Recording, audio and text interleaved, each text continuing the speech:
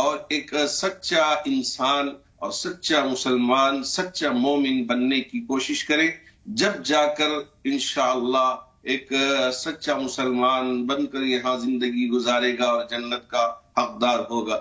ہمارے اس ملک میں صوفی بزرگ تشریف لائے اور انہوں نے دلوں پر حکومت کی اور دلوں کو قبضہ کیا اور لوگوں کا تزکیہ کیا۔ جب جا کر یہ اللہ رب ذوالجلال نے ہمارے ان صوفی بزرگوں کو وہ مقام و مرتبہ دیا جن میں حضرت شیخ عبد القادر جیلانی رحمۃ اللہ علیہ، اللہ کا شکر ہے بغداد میں آپ آرام فرما رہے ہیں۔ اللہ رب ذوالجلال نے مجھے بھی توفیق بخشی، جب عراق کے سفر پر میں ایک کانفرنس کے لیے گیا ہوا تھا، وہاں سے بغداد میں حضرت رحمۃ اللہ علیہ کی قبر پر پہنچا، مزار مبارک پر پہنچا اور حاضری دی، اور یہ عبرت حاصل کیا کہ اللہ کے نیک ولی اور یہ اتنی صفات کے حامل اور یہاں آرام کر رہے ہیں، ایک نہ ایک دن ہمیں بھی اسی طرح دنیا سے رخصت ہونا ہے۔ بالکل، بہت خوب۔ ہمارے ساتھ ایک اور خاص مہمان جڑ گئے ہیں، ان کا بھی تعارف کرا دیتے ہیں۔ مفتی عمر عابدین جی ہمارے ساتھ جڑ گئے ہیں، اسلامک اسکالر ہیں۔ مفتی عمر عابدین جی، آپ کا بھی بہت استقبال ہے سلام ٹی وی پر، اور وہیں اس سے پہلے میں آپ سے سوال لوں، غلام رسول صاحب کے پاس میں جانا چاہوں گی۔ غلام صاحب، کیا روح اور جسم کا آپ سے تعلق انسان کی کامیابی طے کرتا ہے؟ بسم اللہ الرحمن الرحیم۔ بہت ہی خوبصورت موضوع ہے آج کا۔ قرآن کریم میں ارشاد گرامی ہے، اللہ تبارک و تعالیٰ ارشاد فرماتا ہے اپنے حبیب پاک صاحب لولاک صلی اللہ علیہ وسلم سے، یسألونک عن الروح، اے رسول آپ کے صحابہ آپ سے روح کے بارے میں پوچھتے ہیں، قل الروح من امر ربی، آپ فرما دیجئے کہ روح ہی اپنے رب کے حکم سے آتی ہے، کہ روح ہی حقیقت ہے۔ یعنی یہ آیت ہمیں بتا رہی ہے کہ جسم اور روح کا جو تعلق ہے وہ یہ ہے کہ روح حقیقت تو صرف روح کی ہی ہوتی ہے، جسم کو فنا ہو جانا ہے، لیکن روح چونکہ آتی جسم میں ہے، تو صوفیہ اکرام ارشاد فرماتے ہیں کہ روح ایک بادشاہ کی طرح ہے اور جسم ایک وزیر کی طرح ہے۔ جب تک روح کی حکومت اور بادشاہت جسم پہ قائم رہتی ہے تب تک جسم صحت مند توانا رہتا ہے، لیکن جہاں روح جسم پر حکومت کرنا چھوڑ دیتی ہے اور جسم روح پر حاوی ہونا چاہتا ہے تو پھر اس کے بعد پورے جسم میں فساد پیدا ہو جاتا ہے۔ اور یہ ہوتا کہاں سے ہے؟ یہ جو تعلق ہے روح اور جسم کا، وہ دراصل بیچ میں دل ہے۔ ایک چیز روح ہے، سول، اور ایک چیز جسم ہے، باڈی، اور ایک چیز ہے ہارٹ۔ تو یہ جو ہارٹ ہے، رسول اللہ صلی اللہ علیہ وسلم نے ارشاد فرمایا کہ ان فی الجسد لمضغۃ، جسم کے اندر، انسانی جسم کے اندر ایک لوتھڑا پایا جاتا ہے، اذا صلحت صلح الجسد کلہ، اگر وہ صالح ہو جائے، وہ صحت مند ہو جائے، وہ توانا ہو جائے تو پورا نظام جسم درست ہو جائے، پورا باڈی سسٹم درست ہو جائے۔ وَإِذَا فَسَدَتْ فَسَدَ الْجَسَدُ كُلُّهُ، لیکن اگر وہ لوتھڑا خراب ہو جائے تو پورا جسم کا نظام درہم برہم ہو جائے۔ الا وہی قلب، خبردار یہ دل ہی ہے۔ تو جسم اور روح کے بیچ میں جو رشتہ قائم ہوا ہے وہ اصل دل کے ذریعے ہوتا ہے۔ دل کی صفائی سے، دل کے نظام کی درستگی سے جسم مکمل طور پہ توانا، صحت مند، صالح رہتا ہے۔ بالکل یقینی طور پر دل کا صاف ہونا بھی کتنی ضروری ہے، یہ ہم یہاں پر سمجھ رہے ہیں۔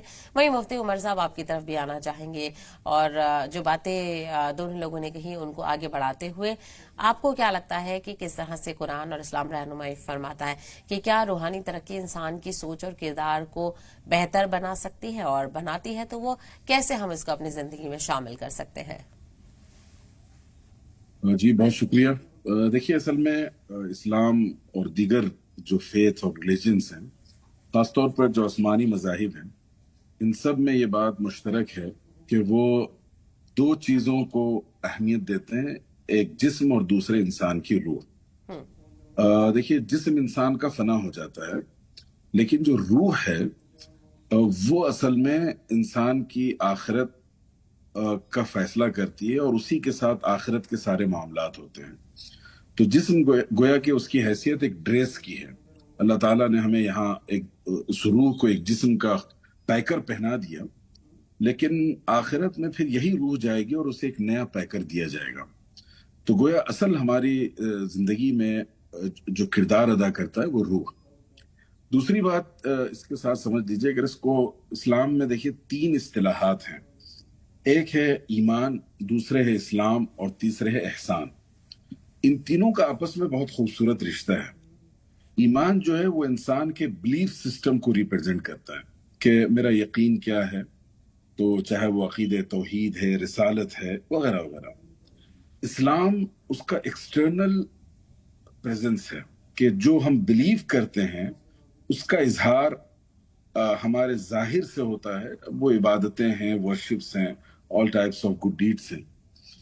اور احسان جو ہے وہ پرفیکشن لیول کو بتاتا ہے کہ جو ہمارا قول و عمل، ہمارا کردار، ہمارا گفتار اور رفتار ہے، اس کو اگر ہم صحیح لیول تک لے جائیں اور اس کو پیوریفائی کریں، اس کی کلینزنگ پر ہم فوکس کریں، تب جا کر ہم احسان کے لیول پر پہنچتے ہیں. تو یہ تینوں چیزوں کے اشتراک سے ایک انسان صحیح روحانی ترقی حاصل کرتا ہے. جہاں بھی اس میں خلل یا کمی ہوگی، کوئی گیپ آئے گا ان کے انٹرنل ریلیشن میں، ان تینوں میں، تو پھر وہ انسان کی روحانیت پر اثر انداز ہوتی ہے، چاہے وہ نگیٹیولی ہو یا پازیٹیولی ہو. تو اس لیے روح کا رشتہ انسان سے اس دنیا نہیں آخرت تک ہے. اور یہ جسم جو ہے، یہ جسد خاکی ایک پیکر ہے جو بدلتا رہے گا، اور آخرت میں جا کر اللہ تعالیٰ اسے اپنے انعامات اور اپنے جزا اور سزا کے مطابق انسان کو بدلہ دیں گے، اور اس کا اثر آخرت میں پڑے گا. بالکل یقینی طور پر یہ اہم اور بنیادی چیزیں ہیں جن کو سمجھنا بہت ضروری ہو جاتا ہے. وہیں مقصود صاحب، اور کیا کچھ چیزیں ہیں، جیسے آپ نے صحت کی بھی بات کی، تو جسمانی صحت روحانی ترقی میں کیسے مددگار ثابت ہو سکتی ہے، اور کیسے ہم ایک صحیح نظام کو فالو کرتے ہوئے اپنی روحانی ترقی بھی حاصل کر سکتے ہیں اور اللہ کے قریب ہو سکتے ہیں؟ یہ نہ سمجھیں کہ جسم کی حفاظت ضروری نہیں ہے. اس وجہ سے جیسے چاہے کھائے، جیسے چاہے پیے، جیسے چاہے رہے، جیسے چاہے جیے، یہ ہو نہیں سکتا. میرا سفر ہوا تھا ایک مرتبہ تھانہ، اور غیر مسلم ڈاکٹر صاحب سے میری ملاقات ہوئی. میں نے ان سے پوچھا کہ آپ علاج کیسے کرتے ہو؟ تو انہوں نے اس سے کہا کہ مولانا صاحب، ہم آپ کے محمد صاحب کو فالو کرتے ہیں. میں نے پوچھا کیسے؟ کہا کہ وہ آپ کے یہاں جو طب نبوی ہے اس کو ہم اٹھا کے اس کو اچھی طرح سے پڑھ کر لوگوں کو اس کے مطابق زندگی گزارنے والا بنا دیتے ہیں. تو ماشاءاللہ بہت زیادہ صحت بھی ہوتی ہے. اب یہاں ہمارے پاس بھیڑ لگ گئی ہے لوگوں کی، اور مجھ سے ملنے کے لیے اپوائنٹمنٹ لینے پڑتا ہے، جب جا کر ہی مجھ سے وہ مل پاتے ہیں اور صحت مند بھی ہو جاتے ہیں. آپ کے محمد صاحب نے پینے کا طریقہ بتایا. ایسا نہیں ہے کہ گھٹ گھٹ پی لے، کھڑے ہو کے پی لے، بیٹھ کر پیے، 3 سانس میں پیے، اور کھانا کھائیں تو کیسے کھائیں، اور انگلیوں کو صاف کرنا. تو یہ ساری چیزیں جو ہوتی ہیں یہ صحت کے لیے بہت زیادہ مفید ہوتی ہیں. آپ کے پیغمبر صلی اللہ علیہ وسلم نے جو باتیں ارشاد فرمائی ہیں، بیان کی ہیں، وہ اگر مسلمان سمجھ جائے تو بہت صحت مند ہو جائیں گے. لیکن افسوس کی بات یہ ہے کہ ہمارے یہاں اس کی کوئی اہمیت نہیں ہے. ہم بس اس کو نظر انداز کر دیتے ہیں. دعوتوں میں جانا، خوب کھاتے رہنا، تو اس کی طرف توجہ ہوتی ہے تو صحت مند اتنے زیادہ نہیں ہوتے. ہمارے لیے ضروری ہے سوئمنگ بھی کریں، ہمارے لیے ضروری ہے جاگنگ بھی کریں، ہمارے لیے ضروری ہے کہ ذرا ایکسرسائز کریں. تو ان ساری چیزوں کا لحاظ رکھنا بھی بے حد ضروری ہے. بالکل. اور نماز اس کا بہترین اگزامپل ہے کہ کس طرح سے نماز 5 وقت کی ہمیں اس میں مدد کرتی ہے. اس پر بھی اور بات چیت کریں گے. پہلے سوال لے لیتے ہیں کچھ کالرز کی. سلیم عالم لکھنؤ سے، محمد زبیر لکھنؤ سے ہمارے ساتھ ہیں. سلیم عالم جی، اپنا سوال بتائیں. السلام علیکم. وعلیکم السلام. سب سے پہلے تو آنے والے 6 دن کے بعد خواجہ غریب نواز کا عرس شروع ہو رہا ہے، اور غریب نواز آنا چاہتے تھے جو پانی کو سکھا دیا تھا، اس واقعے کے بارے میں بتا دیجیے. اور میرے کی راجہ وہ بھی اپنا خواجہ. اپنا سوال ایک بار دہرا دیں، صاف نہیں پہنچ پایا ہے. ٹھیک ہے، اگر غلام صاحب نے سنا تو اس کا جواب دیجیے گا. اس سے پہلے محمد زبیر بھی ہمارے ساتھ کالر ہیں, وہ بھی اپنا سوال بتا دیں. السلام علیکم. وعلیکم السلام. بولنے کی اجازت ہے؟ جی جی جی. دیکھیے کچھ علماء کرام ہم سے ناراض ہیں. ایک چھوٹا طالب علم محمد زبیر آپ لوگوں کے سامنے بات کر رہا ہے, اس لیے کہ اس زندگی کو چھوڑنے کے بعد اللہ کے یہاں جانا ہے, وہاں جہنم بھی ہے جنت بھی ہے. اگر ہمارا معاملہ صحیح ہے تو انشاءاللہ آرام و آشائش ملے گی, اور اگر معاملہ غلط ہے تو نارون حامیہ جس کو اللہ نے دہکائی آگ کو. اللہ تعالی ہم لوگوں کی حفاظت فرمائے. اور جب اللہ کے رسول صلی اللہ علیہ وسلم معراج پہ گئے تھے تو انہوں نے فرشتوں سے ملاقات کی, نبیوں سے ملاقات کی. اس کے بعد بھی دیکھا ایک فرشتہ اس کے چہرے پہ ہنسی مسکراہٹ نہیں ہے.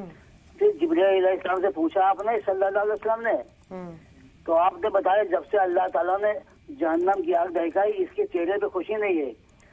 وہ فرشتہ جو معصوم ہے وہ اتنا ڈر گیا کہ اس کے چہرے پہ مسکراہٹ چلی گئی. اللہ تعالیٰ ہم لوگوں کی حفاظت فرمائے, آمین. جزاک اللہ خیر. غلام صاحب میں چاہوں گی کہ آپ ان سوالوں پر رہنمائی فرما دیں. جی, بھائی صاحب نے جو سوال کیا تھا غالباً وہ یہ تھا کہ سلطان الہند نائب رسول فی الہند خواجہ غریب نواز رحمت اللہ علیہ کا جو عرس مبارک آ رہا ہے, اس حوالے سے وہ کچھ کہہ رہے تھے کہ خواجہ غریب نواز کی تعلیمات و حیات پہ کچھ روشنی ڈالی جائے. دیکھیے آپ کی زندگی کا جو سب سے خاص پہلو ہے وہ یہ ہے, آپ کو غریب نواز کہا جاتا ہے, غریبوں کو نوازنے والے. یہ کیوں کہا گیا آپ کو؟ یہ اس لیے کہا گیا کہ آپ مدینہ شریف میں تھے, مدینہ شریف سے ہندوستان تشریف لائے, رسول اللہ صلی اللہ علیہ وسلم کی بشارت ہوئی, خواب میں زیارت انور ہوئی کہ آپ ہندوستان چلے جائیں.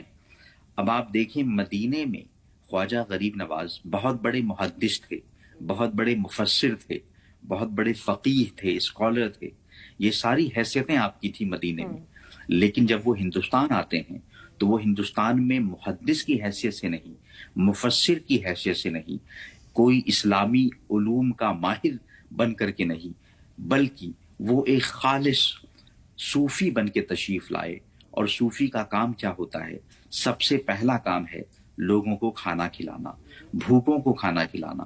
اب آپ دیکھیے رسول اللہ صلی اللہ علیہ وسلم سے پوچھا گیا ای الاسلام خیر, یا رسول اللہ سب سے بہترین اسلام کیا ہے؟ آپ نے ارشاد فرمایا اطعام الطعام, لوگوں کو کھانا کھلانا, و افشاء السلام, اور سلامتی پہنچانا. دوسری روایتوں میں بھی اسی طریقے سے ہے ان تفشوا السلام و تطعموا الطعام, کہ تم سلامتی پھیلاؤ, لوگوں کو کھانا کھلاؤ, و تصل الرحام, اور صلہ رحمی کرو. خواجہ غریب نواز رضی اللہ عنہ نے اپنی زندگی, اپنے عمل اور اپنی تعلیمات سے اجمیر شریف میں یہ کر کے دکھایا, بھوکوں کو کھانا کھلایا اور لوگوں میں سلامتی پھیلائی, اس طرح سے پھیلائی کہ آج سارے مذاہب کے لوگ آپ کو دل و جان سے مانتے ہیں. یہ ہے خواجہ غریب نواز کی زندگی اور تعلیمات, اور اسی وجہ سے آپ کو غریب نواز یعنی غریبوں کو نوازنے والے, بینیفیکٹر آف دا پور, اور انسان دوست کہا جاتا ہے. یہی غریب نوازی, یہی انسان دوست تھی اسلام کا بنیادی نصب العین. جی بالکل. اور کچھ اور کالر کی طرف رخ کر لیتے ہیں. ہمارے ساتھ کچھ اور کالر بھی ہیں, فاطمہ لکھنؤ سے اور مہاراشٹر سے شیخ صاحب ہیں. اور اس سے پہلے جو معراج کے حوالے سے محمد زبیر صاحب نے سوال کیا تھا اس پر بھی ہم رخ کریں گے. میں مفتی صاحب کے پاس آؤں گی. 2 سوال لے لیتے ہیں. فاطمہ لکھنؤ سے اپنا سوال بتائیں. جی بہن السلام علیکم. وعلیکم السلام. تھوڑا تیز بولے, آپ کی آواز کم آ رہی ہے. ہمارے مفتی کرام اتنے اچھی طریقے سے, آپ کی آواز نہیں آ پا رہی ہے, تھوڑا تیز بولیے گا. وضاحت کرتے ہیں کہ وہ سماعت ہم لوگوں کے منور ہو جاتے ہیں, اور ان لوگوں کو بہت بہت سلام. ہم یہ جاننا چاہتے ہیں کہ جیسے کہ ہم لوگوں نے کچھ بھی عبادت کری اور وہ ایک دوسرے سے ذکر کر رہے ہیں, جیسے اپنی سہیلیوں سے ذکر کر رہے ہیں کہ آج ہم نے یہ پڑھا, اتنی تلاوت کری, تو کیا یہ دکھاوا ہے, کیا یہ ریاکاری ہے؟ جبکہ ہمارا ٹینشن یہ نہیں ہے کہ ہم ان کو مطلب جتا رہے ہیں, یہ تو ہمارا اللہ کے بیچ عبادت ہو رہی ہے. لیکن وہ یہ اس لیے بنتے ہیں کہ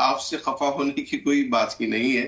بہت اچھی باتیں پوچھتے ہیں اور بہت ماشاءاللہ جم کر پوچھتے ہیں. اللہ آپ کے علم میں اور ہمارے علم میں اضافہ فرمائے. اور جیسا کہ آپ نے سوال کیا، مالک یہ اصل میں دوزخ کے فرشتے کا نام ہے، داروغی کا نام ہے. فرشتوں میں سے ایک فرشتہ اور وہی دوزخ پر مقرر فرشتے ہیں. اور یہ تمام جتنے بھی فرشتے دوزخ پر نگران ہیں ان کے یہ سردار ہیں. اور اس کا ذکر قرآن مجید میں بھی آیا ہے اور رسول اللہ صلی اللہ علیہ وسلم کی احادیث میں بھی آیا ہے. اور معراج کی رات اللہ کے رسول علیہ الصلوۃ والسلام نے ان سے ملاقات بھی کی تھی، تو اس وقت ان کے چہرے پر ہنسی نہیں تھی. اور اسی طرح اللہ کے رسول علیہ الصلوۃ والسلام نے ایک بار خواب میں بھی ان کو دیکھا تھا اور حدیث میں اس کا ذکر بھی ہے. تو یہ ہے داروغہ جو دوزخ پر متعین ہے اور ان کا نام مالک ہے. اور قرآن میں بھی اللہ رب ذوالجلال نے ان کو پکار کے کہا ہے کہ سورہ زخرف میں اس کا ذکر آیا ہے، اور وہ پکاریں گے اے مالک، یعنی دوزخ میں رہنے والے پکاریں گے جو فرشتہ متعین ہے ان کا نام لے کر، اے مالک تیرا رب ہمارا ساتھ تمام ہی کر دے، یعنی ہمیں مار ڈالے. تو وہ کہے گا تو تم یہاں ٹہرے رہنے والے ہو. تو مطلب یہ ہے کہ تمہارا ٹھکانہ اب جہنم ہی ہے، اب یہاں سے چھوڑ کر جانا نہیں ہے. تو باوجود اس کے کہ فرشتے کی نورانی مخلوق ہوتی ہے، لیکن یہاں کا عذاب دیکھ کر ان کو وہاں سے نکلنے نہیں دیتے. اللہ رب ذوالجلال نے جو متعین کیا ہے تو وہ اپنی نگرانی پوری کریں گے اور اپنی ذمہ داری نبھائیں گے. وہاں کوئی رحم دلی، وہاں کوئی چلیے تھوڑا سا ساتھ دے دیں، ایسا ہرگز نہیں ہو سکتا. جو ذمہ داری پہ متعین ہے وہ متعین رہیں گے. جہنم میں رہنے والے برابر جہنم کی آگ میں جلتے رہیں گے اور وہاں سے ان کو نکلنے کا موقع ہرگز نہیں دیا جائے گا. وہاں رہنے والے فرشتے کا نام لے کر پکار کے بھی کہیں گے تو وہاں سے ان کو نکلنے نہیں دیا جائے گا. بالکل. ہمارے ساتھ کچھ اور کالر ہیں، ان کو شامل کر لیتے ہیں. حسینہ اور تبسم دلی سے ہمارے ساتھ ہیں. حسینہ جی اپنا سوال بتا دیں.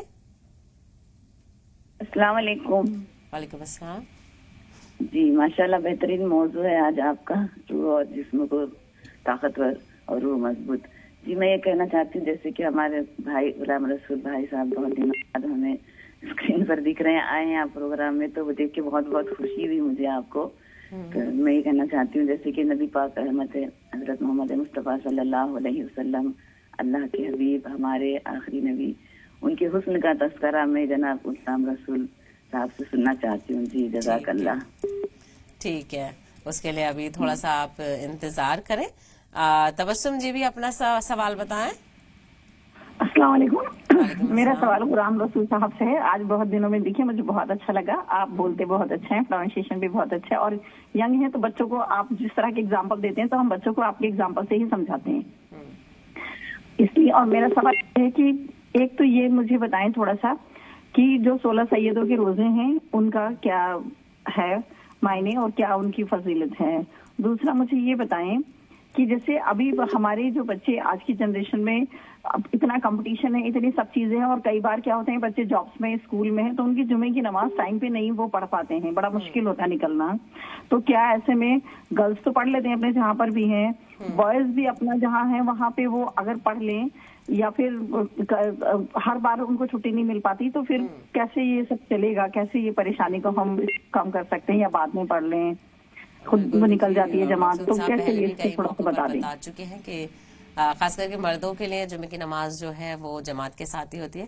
بہرحال میں چاہوں گی کہ چونکہ انہوں نے غلام صاحب کا ذکر کیا اور معذرت کے ساتھ وہ اس وقت موجود نہیں ہے، تو عمر صاحب آپ ان سوالوں پر رہنمائی فرما دیں. آخری سوال سن پایا.